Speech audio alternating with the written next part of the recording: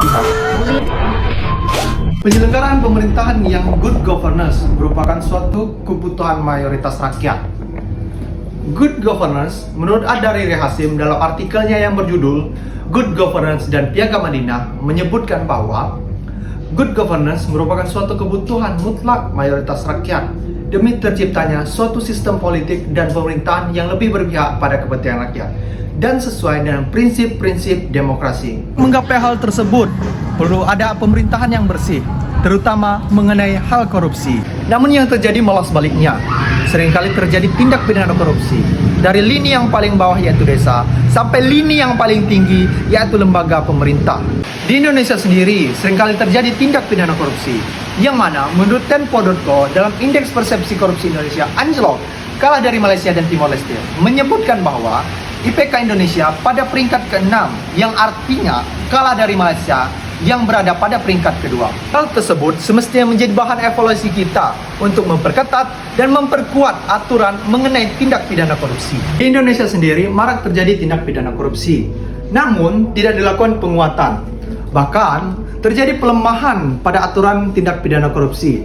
UU Tipikor yang tadinya merupakan UU khusus di dalam undang-undang malah ambiar gara-gara masuk ke dalam KUHP. Maka dari itu, untuk meraih kembali kepercayaan publik dan menggapai good governance atau pemerintahan yang baik yang berkeadilan sosial bagi seluruh rakyat Indonesia, perlu ada aturan khusus yang mengkhususkan kembali UU mengenai Tipikor dan mengubah pasal 603 dengan aturan yang lebih kuat sesuai dengan adajim hukum yang berbunyi culpae poena paresto. Peran remaja dalam pengawasan penggunaan anggaran juga bersifat penting karena remaja merupakan 24% dari penduduk negeri ini.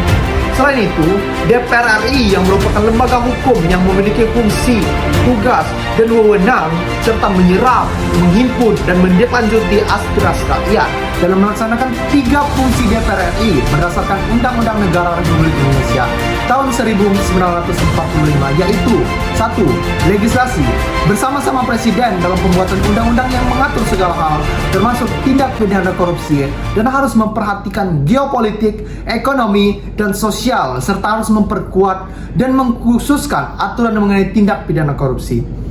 Kedua, anggaran. Pemaksimalan anggaran dalam pelaksanaan UU Tipikor agar setiap tata laksana peraturan tersebut dapat berjalan dengan lancar serta sesuai dengan harapan.